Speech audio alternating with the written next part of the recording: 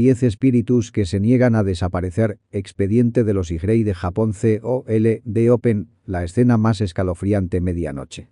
El viento frío baja por la ladera de un pequeño cementerio en la montaña. La tierra es oscura. Las lápidas viejas están inclinadas. Entre los montículos de tierra, uno que no se distingue de los demás comienza a vibrar levemente, como si algo respirara debajo. En el interior, un cadáver de hombre con armadura de samurái está aprisionado bajo la tierra. Alrededor de ese cuerpo, el esqueleto de una mujer lo envuelve por completo. Los huesos de los brazos rodean el pecho. Los huesos de las piernas inmovilizan la cintura. Entre los dos cráneos quedan pegados mechones de cabello negro ya podrido, enroscados alrededor del cuello del hombre como una cuerda hecha de ceniza. Sobre esa misma tierra, en una pequeña habitación de un templo de montaña, un hombre se despierta sobresaltado. Unas manos invisibles acaban de tirar de sus tobillos. En el tatami quedan marcas de arrastre en el polvo. La puerta corredera está entreabierta. Fuera, el pasillo es una franja de oscuridad compacta. Más allá, el guardián del templo sigue durmiendo, sin saber nada. En otro lugar, sobre la superficie negra del mar, el casco de un barco de madera está siendo agarrado desde abajo por manos blancas. Cada ola que golpea el costado trae consigo rostros pálidos de guerreros ahogados.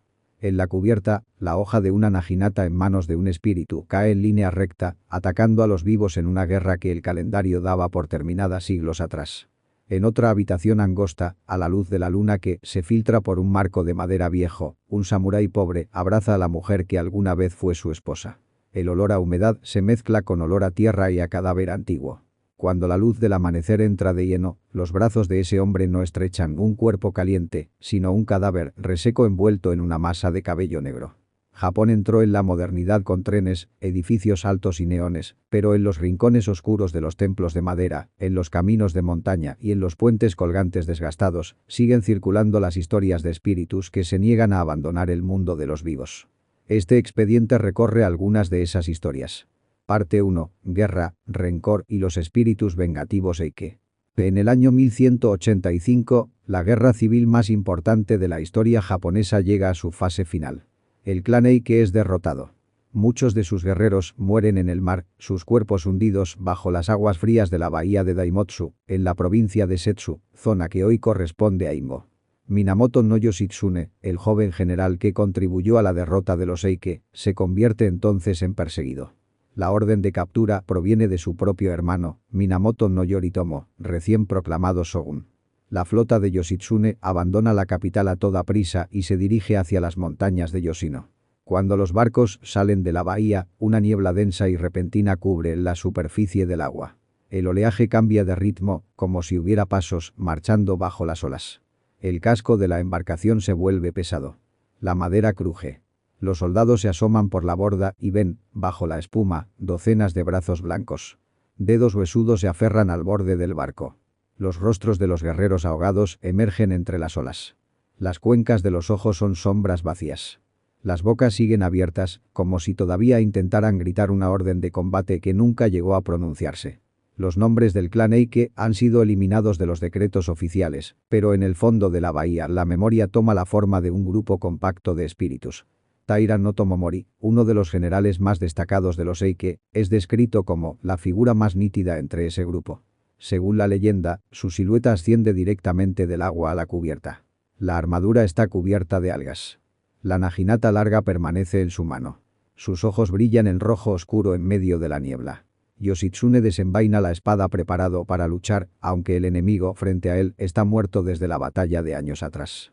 La hoja del vivo corta el aire, la niebla, las sombras. No alcanza carne. La arma del muerto, en cambio, sigue teniendo peso. Puede partir el aire, puede matar marineros que aún respiran. Musashim Benkei, monje guerrero al servicio de Yoshitsune, es el único que no se lanza a un combate inútil. Se arrodilla en medio de la cubierta, deja la espada a un lado y junta las manos. Empieza a recitar sutras, orientándose hacia los 4 puntos cardinales y hacia una quinta dirección que no aparece en los mapas. El relato asegura que, a medida que la oración se eleva, las olas cambian de cadencia. La niebla se disipa. Las manos que sujetan el casco se sueltan una a una. La superficie del mar vuelve a ser una plancha negra. El barco de Yoshitsune abandona la zona donde los Eike se hundieron, pero la historia de sus espíritus vengativos permanece. El teatro NM y el kabuki retoman más tarde la batalla de la bahía de Daimotsu como un choque entre resentimiento y fe. En escena, las luces se atenúan para dejar paso a máscaras blancas. Taira no Tomomori camina sobre el suelo de madera al ritmo de tambores graves, siempre con la naginata en la mano. Cada vez que la obra se representa, reaparece la misma pregunta. ¿Cuántas muertes colectivas fueron reducidas a unas pocas líneas en los registros oficiales, y cuántos espíritus intentan todavía regresar a la superficie del mundo de los vivos? Parte 2. Traición, vida privada y espíritus que no cierran los ojos. Mientras las historias de guerra se convirtieron en materia de teatro, otros relatos circularon lejos del campo de batalla. Sus escenarios son casas de madera pequeñas, caminos de montaña, habitaciones con tatami gastado. El denominador común es la traición, las deudas afectivas y las muertes que nadie quiso mirar de frente. Uno de esos expedientes tiene como protagonista una música ciega, una goce que vivía de su voz y de su samisen. Durante la era Kim, aproximadamente entre 1716 y 1736, un samurái llamado Otsumi Kanji, oriundo de la provincia de Kitakuni, se dirige a Edo para cumplir con su obligación anual. En el trayecto se detiene en una posada junto a un camino de montaña. Por la noche, desde la habitación contigua, se escucha un canto acompañado de samisen. Los testigos lo describen como una voz perfecta, de una precisión que no parece humana. La voz pertenece a una goce. Así se llamaba a las mujeres ciegas que recorrían el país entonando canciones para sobrevivir. Eran artistas, pero también figuras marginales, dependientes de las monedas, la compasión o el abuso de quienes las escuchaban. Otsumi oye la voz y se fabrica una imagen. Según la tradición oral, llega a la conclusión de que un canto de ese nivel solo puede salir de una mujer joven y hermosa. Cuando la goce regresa a su cuarto, él se esconde en la oscuridad, espera el momento y sale de golpe. Utiliza su fuerza y su posición de samurái para apropiarse del cuerpo de la mujer. La música ciega no se resiste. Interpreta el contacto como la primera vez que alguien se fija en ella más allá de la discapacidad. Por la mañana, la luz que atraviesa la puerta de papel deja al descubierto su rostro real. Lo que Otsumi ve no coincide con la imagen que se había creado. Considera que la mujer es fea. La sonrisa sincera de ella, convencida de haber encontrado por fin afecto, contrasta con los planes que él empieza a tramar. El samurái no acepta esa realidad. Convence a la goce para que lo acompañe, con el argumento de ofrecerle protección y una vida mejor en Edo. En un tramo aislado del camino, entre una quebrada y el bosque, la empuja hacia el vacío. No hay testigos. No hay gritos que lleguen a otra casa. El cuerpo es hallado más tarde en el fondo de la garganta y enterrado en un pequeño templo de montaña. Un año después, Otsumi repite la ruta. Esa vez pasa la noche precisamente en el templo donde se encuentra la tumba de la goce. Según el relato, la noche transcurre con normalidad hasta que una figura aparece en la habitación. Es la mujer ciega, ya sin ojos, pero con las cuencas vacías dirigidas directamente al hombre que la mató. La frase que se conserva en las versiones más extendidas es clara. El otoño pasado, ese hombre tomó mi cuerpo y luego me arrojó como si fuera un objeto sobrante.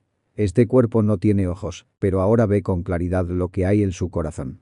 El espíritu agarra los pies de Otsumi y lo arrastra fuera del futón. Él intenta sujetarse a los marcos de madera y a las columnas, pero la fuerza que lo tira hacia el cementerio no cede. Las marcas en el suelo guían a los monjes, al amanecer, hasta una tumba recién removida detrás del templo.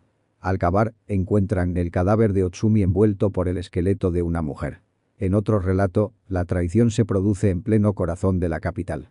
Un samurái pobre vive con su esposa en una casa modesta. Cuando un señor feudal de tierras lejanas lo convoca para servirle, decide abandonarla. La puerta se cierra. La mujer queda sola, sin recursos. Pasados varios años, cumplidas las obligaciones con su nuevo señor, el hombre recuerda la vida anterior. Regresa en una noche de otoño, con la luna iluminando el callejón vacío. El portón de la casa está abierto. Dentro, su antigua esposa está sentada, esperando. No hay reproches. No hay acusaciones. Solo unas palabras de bienvenida, como si el tiempo no hubiera pasado. Esa noche duermen juntos. Él promete no marcharse nunca más. El calor del cuerpo junto a él, la textura conocida del tatami, el sonido del viento pasando por las rendijas de madera crean la ilusión de una familia recompuesta. Al amanecer, la luz solar entra de lleno en la habitación. El samurái despierta. Lo que tiene entre los brazos no es un cuerpo vivo. Es un cadáver reseco. La piel se ha contraído hasta pegarse a los huesos. Casi no queda músculo. Una melena negra y larga cubre el resto, como un sudario natural. En casa de los vecinos obtiene la explicación. La mujer que vivía allí murió en verano. El marido la había abandonado. No había nadie para cuidarla ni para organizar un funeral. El cuerpo había permanecido en la casa, primero en pleno calor, luego durante el comienzo del frío. La historia del cabello negro se transmite sin necesidad de añadir más fenómenos sobrenaturales. No hay manos invisibles. No hay sombras al fondo de la habitación. Hay un cadáver abandonado, un regreso demasiado tarde y una única noche en la que los dos mundos se cruzan. Parte 3. Casas, manos anónimas y el cuadro que definió el rostro del fantasma japonés. No todos los espíritus tienen nombre o relación clara con los vivos. En muchos expedientes solo aparece una mano, un golpe en la puerta o una figura suspendida al final de la cama. En la ciudad de Aizu-Wakamatsu, hoy en la prefectura de Fukushima, vive un hombre llamado Iyo junto a su esposa. Durante varias noches, el espíritu de una mujer desconocida se materializa en el jardín. Llama a la puerta y pronuncia el nombre de la esposa de Iyo con insistencia. La puerta permanece cerrada. Desde el interior, la mujer pregunta quién es. Nadie responde. La voz solo repite su nombre. La esposa de Iyo, descrita como una persona decidida, tiene preparada una caja pequeña junto al futón. Dentro guarda un ofuda, una tira de papel con fórmulas sagradas escritas por un sacerdote local. Cuando la figura se acerca a la puerta, ella abre la caja, toma el ofuda y lo lanza. La silueta se deshace como humo. El acoso no termina. La noche siguiente el espíritu aparece en la cocina, saliendo de las llamas del fogón. Luego vuelve a oírse en el jardín, golpeando una campana con un mazo de madera. Cada día se suma un signo nuevo de que algo ronda la casa y se niega a marcharse. Tras varios días de tensión, la pareja acude a un santuario cercano para pedir protección. Esa noche la vivienda permanece en calma. Pero al octavo día el espíritu entra directamente en el dormitorio. Se queda suspendido sobre la cabecera y desciende lentamente hasta el pie de la cama. Una mano helada roza los pies de la esposa. Esa sensación de frío extremo supera el límite de lo tolerable. La decisión es clara. Abandonan la casa. La identidad, la causa de la muerte y la motivación de la mujer siguen sin resolverse. En otros casos, los espíritus se acercan a los vivos no para vengarse, sino para pedir un mínimo gesto de reconocimiento. En un relato de la era Edo, un abad que se dirige al pueblo de Akiyama oye pasos detrás de él en un camino de montaña desierto. Nadie lo sigue. Solo se oyen pisadas constantes. Él interpreta que se trata del alma de una persona que murió durante una sequía sin recibir oración alguna. Por la noche regresa al mismo lugar, con un sutra en la mano. Cuando oscurece por completo, de un muro de piedra al lado del camino sale una mano blanca, sin rostro ni cuerpo. El monje coloca el libro en la mano. Los dedos se cierran en torno al volumen y desaparecen. A partir de entonces, los pasos dejan de escucharse en ese tramo. En el folclore japonés, espíritus como este se clasifican entre los Ikrei poco peligrosos. No arrastran a los vivos. No destruyen casas. Solo exigen un ritual mínimo para que quede constancia de que alguna vez existieron. En el extremo opuesto se sitúa un caso que no se limita a una mano o una voz, sino que define la iconografía completa del Ikrei. En 1750, durante el periodo Edo, en la ciudad del Chu, en la provincia del Mie, el pintor Maruyama Alkio duerme en una habitación de su casa. Se despierta de golpe. Al final del futón, parte 4, montañas, espíritus hambrientos y un puente para los muertos fuera de las casas y los templos. Muchos relatos apuntan hacia los caminos de montaña, donde el hambre, el frío y los accidentes provocan muertes silenciosas. En guías de viaje antiguas, los autores advierten sobre los hidarugami, espíritus hambrientos. Se los describe como almas de personas que murieron de inanición en la montaña. No tuvieron tumba. No hubo ritual alguno. Esas muertes anónimas dejan una especie de vacío que el folclore rellena con una figura invisible. El patrón se repite en los testimonios. Al principio, el viajero está en buen estado. Pocas horas después de comer, en mitad de un paso estrecho, siente un hambre repentina que no corresponde al tiempo transcurrido. El apetito se vuelve dolor físico. Las extremidades se entumecen. La cabeza da vueltas. Cada paso pesa como si algo tirara en sentido contrario. Si no lleva comida de reserva, la persona puede desplomarse y morir en el camino. La causa real es la fatiga extrema o algún fallo físico, pero la narración popular lo codifica como un ataque de hidarugami. En consecuencia, el alma de la víctima se agrega al grupo de espíritus hambrientos. Un texto de 1736 menciona a un hombre llamado Senkichi, hallado inconsciente en un sendero, tan exhausto que no podía articular palabra. Los vecinos tuvieron que cargarlo en un carro de bueyes hasta el pueblo para reanimarlo. Otro caso, recogido en una guía de 1861, habla de un comerciante que cruza el paso de Noborio. Pocas horas después de almorzar, siente un hambre mortal y apenas logra arrastrarse hasta un templo cercano. De no haberlo conseguido, habría quedado tendido en el camino. Las recomendaciones en esos documentos son concretas. Al adentrarse en la montaña, siempre llevar arroz o grano. Y, sobre todo, no comerlo todo. Hay que reservar una pequeña porción. En la lógica popular, bastan unos bocados de esa reserva para que el hambre anómala desaparezca tan rápido como llegó. Es una forma de transformar una regla de supervivencia en un gesto ritual. En prefecturas como Kmchi, Nagasaki y Kagoshima, todavía se observan pequeños altares dedicados a Idarugami junto a ciertos puertos de montaña. Los viajeros dejan ramas o pequeñas ofrendas ante ellos, como parte de un pacto tácito. Los vivos reconocen a los muertos que murieron allí, y a cambio piden pasar sin incidentes. Los caminos no son los únicos lugares donde aparece la figura del espíritu. En la aldea de Ozaka, en la región de Ida, prefectura de Gifu, un hombre llamado Kaneemon vive en una casa situada justo antes de un puente colgante de madera que cruza un valle y conecta dos poblaciones. Por la noche, Kaneemon oye, una y otra vez, el traqueteo típico del puente cuando alguien lo cruza. Las tablas crujen. Las cuerdas se tensan. A veces se suman susurros y llanto. Cada vez que sale a mirar, no encuentra a nadie. El fenómeno se repite suficientes noches como para que él consulte a un adivino de la zona. La respuesta es precisa. El puente se ha convertido en camino de un cortejo de muertos que se dirige a Tachiyama, una montaña a la que se atribuyen varias entradas al inframundo. Los que mueren sin oficios fúnebres han descubierto ese puente como ruta de paso. Tras escuchar la explicación, Kaneemon se muda a otra casa, lejos del sonido del puente. Pero no se limita a huir. Organiza una ceremonia en el lugar, reza por la reducción de la pena de las almas que cruzan por allí y erige un pequeño monumento junto al inicio de la pasarela. A partir de entonces, los pasos invisibles dejan de oírse, o al menos ya no tienen la misma intensidad.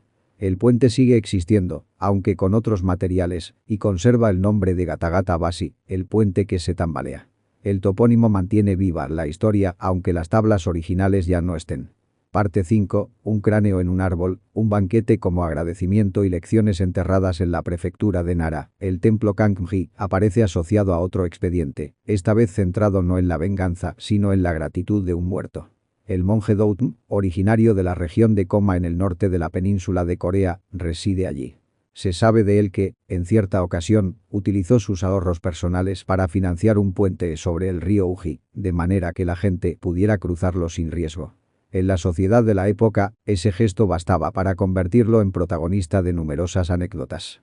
Un día cercano al final del año, Doutm atraviesa un valle montañoso de Nara acompañado por su joven discípulo Manrim.